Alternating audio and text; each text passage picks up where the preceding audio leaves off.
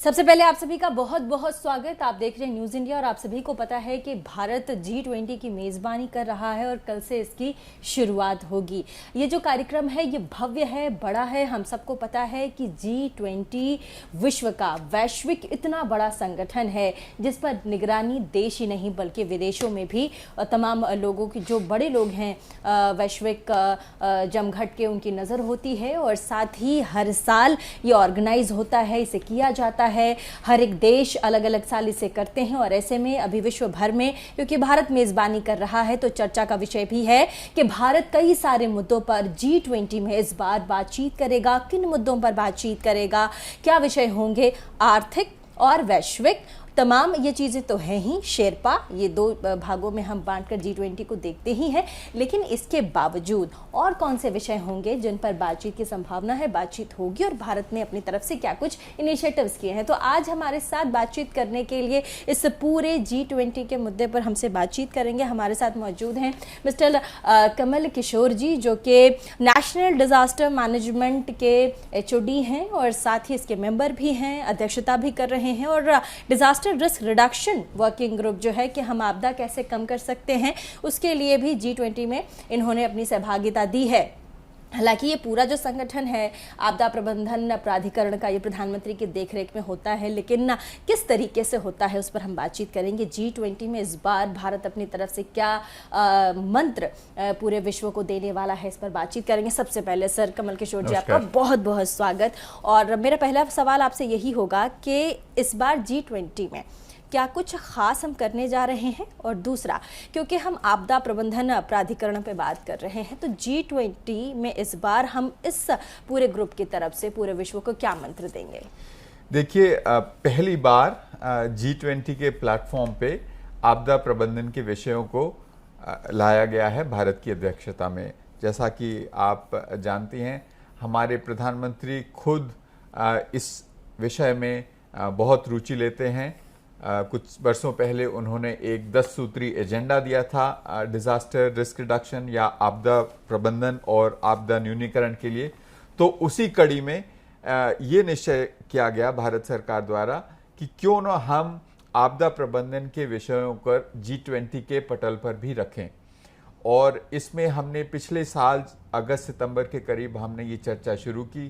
दिसंबर तक इस पे एक आम सहमति बनी G20 के सभी सदस्यों में कि वाकई इस विषय पर G20 में चर्चा करना उपयोगी रहेगा। इससे G20 के अपने देशों का ही नहीं बल्कि पूरे विश्व का लाभ होगा। और इस पहल के तहत हमने 5 प्राथमिकताएं सुझाई G20 मेंबर्स को। पहली प्राथमिकता थी अर्ली वार्निंग फॉर ऑल। हम ऐसा चाहते हैं कि दुनिया में, इस पृथ्वी पर हर एक व्यक्ति चाहे कहीं भी रहता हो, किसी भी देश में रहता हो, उसको आपदाओं की पूर्व चेतावनी मिलनी चाहिए और उसमें इतनी क्षमता होनी चाहिए कि वो उस पूर्व चेतावनी का लाभ उठा करके अपनी जान, अपनी जीविका की रक्षा कर सके। दूसरा जो प्रायोरिटी था, वो दूसरी जो प्राथमिकता थी वो है disaster and climate resilient infrastructure. जैसे कि आपको मालूम है, कुछ वर्षों पहले प्रधानमंत्री जी ने एक नए ग्लोबल कोalition का उद्घाटन किया था, कोalition फॉर डिजास्टर रेजिलिएंट इंफ्रास्ट्रक्चर। उसी को आगे बढ़ाते हुए उस विषय को हम G20 पर भी लेके आए हैं।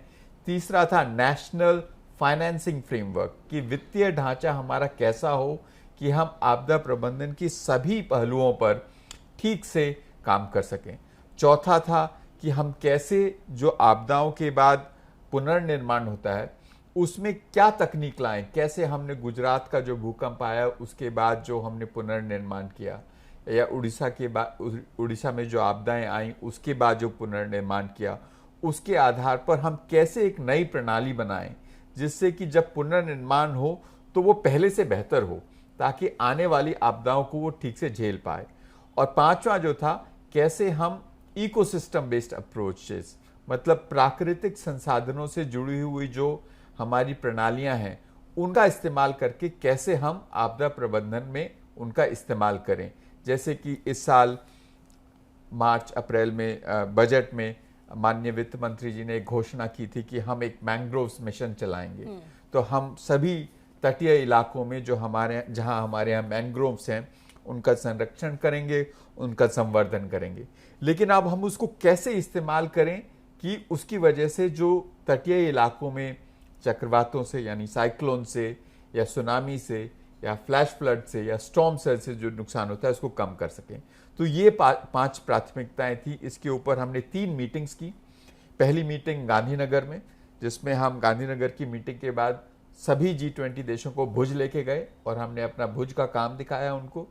दूसरी मीटिंग हमने की मुंबई में मई के अंत में, जिसमें हमने खास करके फाइनेंशियल इश्यूज पे, क्योंकि आपको मालूम है मुंबई हमारे देश की फाइनेंशियल कैपिटल कहलाती है, कि फाइनेंस के इश्यूज, उसमें प्राइवेट सेक्टर का क्या योगदान हो, इसके ऊपर चर्चा की।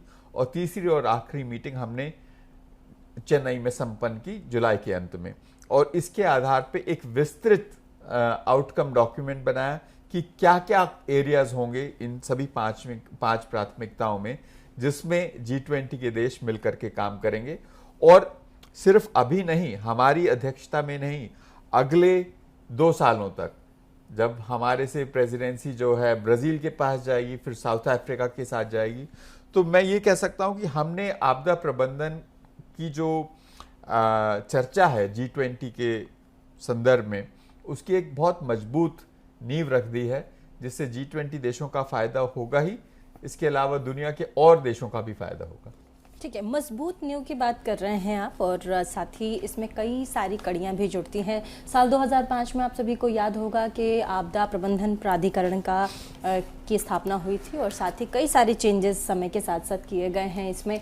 लेकिन सबसे महत्वपूर्ण बात यह है कि क्या भारत स्किल के तौर पर, मतलब ये जो पूरा का पूरा नेशनल डिजास्टर मैनेजमेंट है, अगर इसको हम स्किल के तौर पर देखें तो स्किल्ड वाइज कितना स्किल्ड हुआ है हमारा ये पूरा विभाग, ताकि कोई भी बड़ी से बड़ी आपदा आए तो बहुत ही हम सफलतापूर्वक इस आपदा से आराम से बाहर निकल पाए।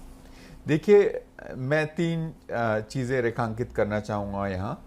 सबसे पहले, इसमें कोई अतिशयोक्ति नहीं होगी अगर मैं ये कहूं कि अर्ली वार्निंग के क्षेत्र में, पूर्व चेतावनी के क्षेत्र में हम दुनिया के सबसे अग्रणी देशों में हैं। अभी आपने देखा जून के मध्य में हमारे यहाँ, हमारे पश्चिमी तट पे गुजरात में साइक्लोन बिपरजॉय आया, और साइक्लोन बिपरजॉय में जो अधिकतम विंड स्पीड थी या वायु की गति थी वो करीब 125-140 किलोमीटर प्रति घंटा थी। लेकिन उसके बावजूद हमारे यहाँ जो नुकसान हुआ, 0 कैजुअलिटी। दुनिया के बहुत सारे विकसित देश भी इस तरह की आपदा में 0 कैजुअलिटी हासिल नहीं कर पाते हैं, लेकिन हमने ये करके दिखाया, क्योंकि हमारा जो अर्ली वार्निंग सिस्टम है, पूर्व चेतावनी का जो पूरा तंत्र है, एक तरफ फोरकास्टिंग और वार्निंग करना, उसके बाद उस जानकारी को डिसेमिनेट करना, जनता तक पहुंचाना, फिर स्थानीय स्तर पे हर एक समुदाय को प्रशिक्षित करना कि उस चेतावनी के आधार पे करना क्या है।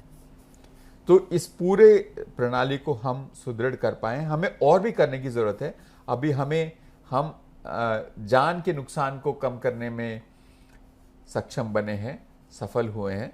अभी हमें इसको जीविकाओं को सुरक्षित बनाने में भी हमें और काम आगे करने की जरूरत है। तो ये जो अर्ली वार्निंग का हमारा जो एक्सपीरियंस है, हमारा जो अनुभव है, ये दुनिया के और देशों के साथ हम साझा कर सकते हैं।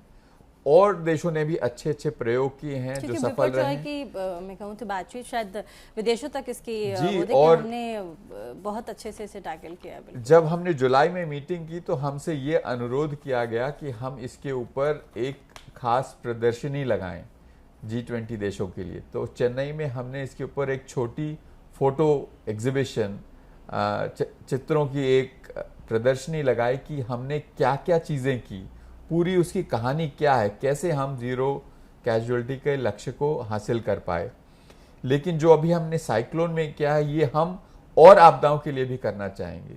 तो इसमें ये एक खास करके एक ऐसा विषय है जिसमें हम दुनिया के साथ काफ़ी कुछ साझा कर सकते हैं, और देशों में जो अच्छे प्रयोग हुए हैं उनसे भी सीख सकते हैं। और सर ये तो आपदाओं की बात हुई क्योंकि आप इसके हेड ही हैं, अध्यक्ष भी हैं, लेकिन मैं जानना चाहूँगी क्योंकि जो G20 है इसकी जो चर्चा है वो देश में ही नहीं विदेशों में हो रही है, क्योंकि आपको पता है कि G20 में 20 बड़े बड़े देश, इसमें महाशक्तियाँ शामिल हैं। ऐसे में जो तमाम विदेशों की मीडिया चैनल्स हैं या अखबार हैं वो हर रोज़ G20 भारत का जो भी हमारे यहाँ चल रहा है वो सुर्खियाँ बटोर रही हैं। विदेशों से कैसा रिस्पॉन्स है इस पर हम बातचीत करेंगे। सर आपको पता है कि G20 अभी इतना बड़ा समूह है जिसकी बातचीत विश्व पटल पर हो रही है। हर रोज़ अभी विदेशों में जो बड़े बड़े अखबार हैं, आप किसी में भी, चाहे न्यूयॉर्क टाइम्स हो, गार्जियन हो, वहाँ पर भारत की चर्चा हो रही है। आप भारत के इस बड़े इनिशिएटिव को, क्योंकि इस साल हम मेज़बानी कर रहे हैं, प्रधानमंत्री नरेंद्र मोदी का कद भी विश्व में बहुत बड़ा है। अभी हम चंद्रयान 3 को भी हमने भेजा है, अब हम आदित्य L1 की भी बात करते हैं। भारत का कद कितना बड़ा है और विदेश इस भारत के G20 के मेज़बानी को कैसे देखता है, क्या लगता है? जी, इसकी बहुत सराहना की जा रही है। और मैं क्योंकि आपदा प्रबंधन में काम करता हूं और मैं जो अन्य देशों की आपदा प्रबंधन की संस्थाएं हैं, जैसे अमेरिका में देखें तो फेडरल इमरजेंसी मैनेजमेंट एजेंसी, जो कि एक बहुत बड़ी संस्था है अमेरिका की, जो डिज़ास्टर मैनेजमेंट पे काम करती है। इसी तरह इंडोनेशिया में BNPB, वो इंडोनेशियन में नाम है उसका, इंडोनेशियन भाषा में, तो वो भी एक बड़ी संस्था है। इन सभी जगहों से हमें काफ़ी सराहना पत्र मिलते रहे हैं। यहाँ के लोगों ने कहा है कि भारत ने नेतृत्व दिखाया है, सुदृढ़ नेतृत्व दिखाया है और एक दृष्टि दी है आपदा प्रबंधन को G20 के पटल पे लाके। ये G20 की बैठकें दशकों से हो रही हैं, लेकिन पहली बार हमारे प्रधानमंत्री जी के नेतृत्व में हमने ये दृष्टि रखी, एक विजन रखा कि आपदा प्रबंधन में हम अलग थलग होकर काम नहीं कर सकते हैं। अभी जो आज की जो दुनिया है, हम सब लोगों की किस्मत एक दूसरे से जुड़ी हुई है। जैसा कि हमने पैंडेमिक में देखा कि जब तक पैंडेमिक एकदम ख़त्म नहीं हो जाता पूरी दुनिया में कोई सुरक्षित नहीं है, क्योंकि हम जो ग्लोबलाइज्ड वर्ल्ड है, जिसका जो वैश्वीकरण हुआ है, उसकी वजह से हम सब की जो नियति है, हम सब की जो किस्मत है वो जुड़ी हुई है। तो आपदाओं से भी अगर हमें लड़ना है तो अगर हम साथ रहेंगे तो हम ज़्यादा सफल हो पाएंगे।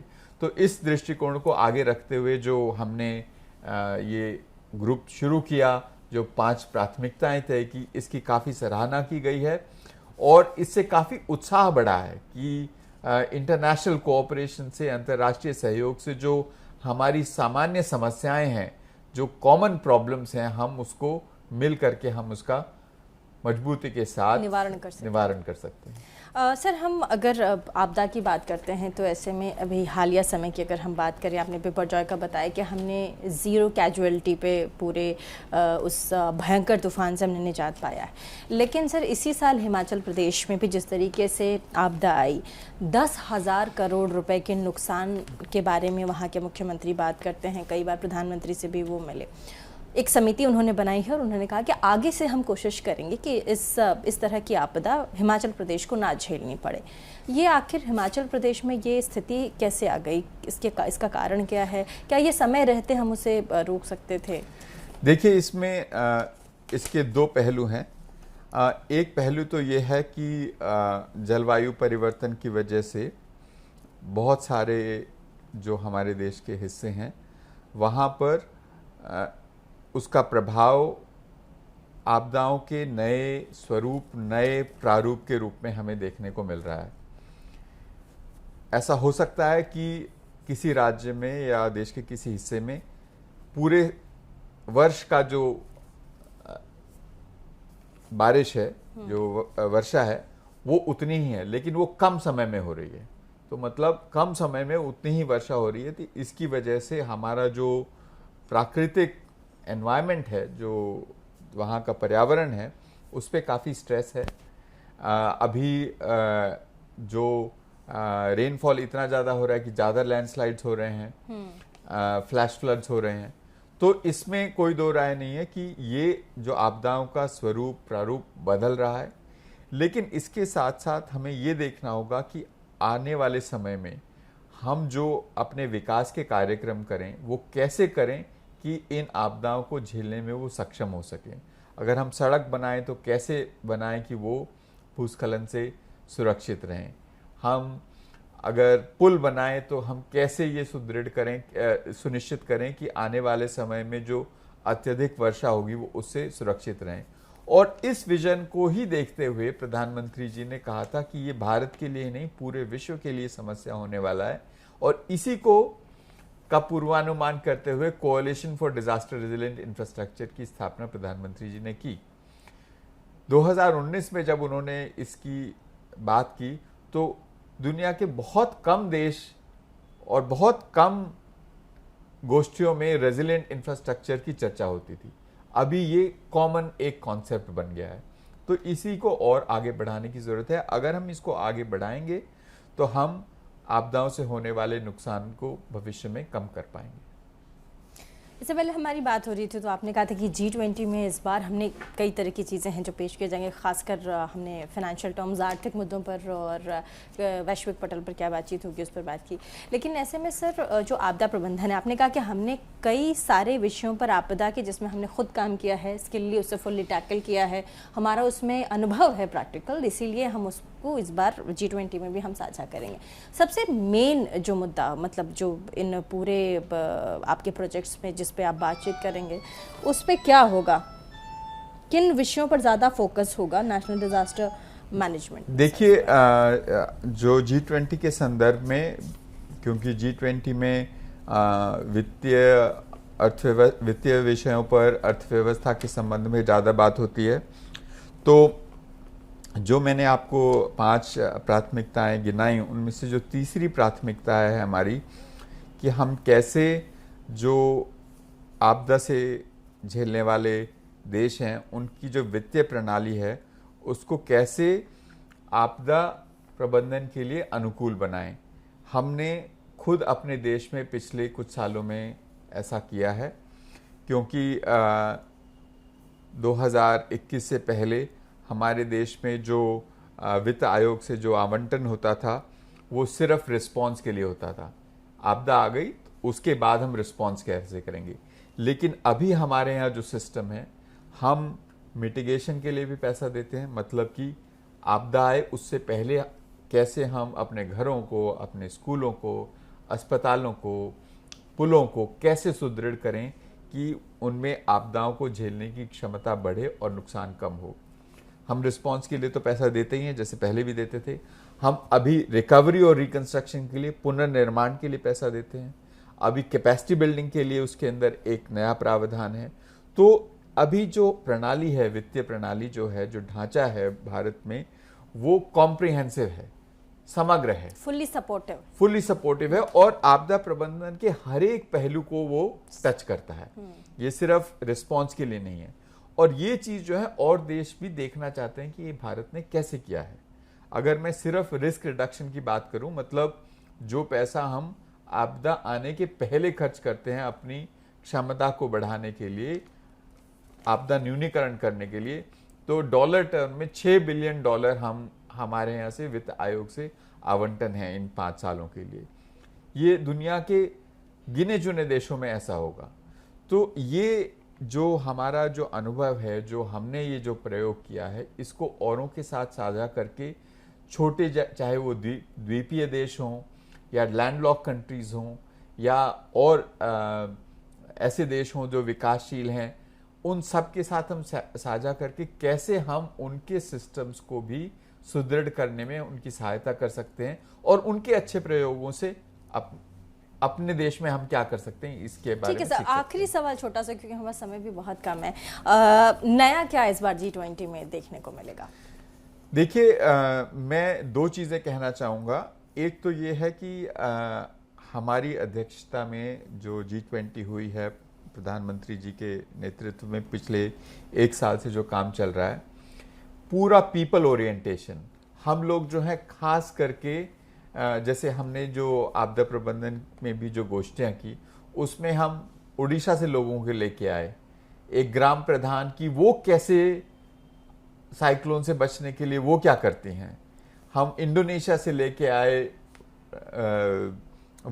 माउंट मेरापी वल्केनो से, ज्वालामुखी से, उसके पास लोग कैसे अर्ली वार्निंग करते हैं। तो एक पीपल सेंटर्ड अप्रोच, मतलब G20 को खाली एक हवा में पॉलिसी फोरम रखने की बजाय हम G20 को हम लोगों तक ले जा सकें, ये एक खास बात रही। बहुत बड़ी बड़ी बातें कमल किशोर जी ने हमसे की हैं और बहुत महत्वपूर्ण बातें की हैं। अभी सबसे महत्वपूर्ण बात उन्होंने की कि G20 में इस बार हमने हवाई चीज़ों को या सतही चीज़ों को नहीं रखा है कि हम सिर्फ वित्तीय ढांचों की बात करें, हमारे लेन देन कितने समग्र होते हैं उस पर हम बात करें, बल्कि हम उन सेलेक्टिव पॉइंट्स को भी हमने टच किया है जिससे लोगों का भला हो सके, जिससे विश्व का भला हो सके। सबसे पहले आपका बहुत बहुत शुक्रिया, आपने हमें समय दिया और इतनी सारी चीज़ें आपने हमसे शेयर की, हमारे दर्शकों को आपने बताया, आपका बहुत बहुत शुक्रिया। लेकिन ऐसे में G20 की मेजबानी कल से आप सभी को जरूर देखना चाहिए और कैसे हमारा देश इस वक्त G20 की मेजबानी कर रहा है, विश्व में सर उठाकर आगे बढ़ रहा है, इन सब पर पूरी नजर न्यूज इंडिया 24/7 की रहेगी। और याद रखिएगा G20 का ये पूरा कवरेज आप न्यूज इंडिया 24/7 पर देखना बिल्कुल नहीं भूलिएगा। फिलहाल के लिए रुकेंगे छोटे से ब्रेक के लिए।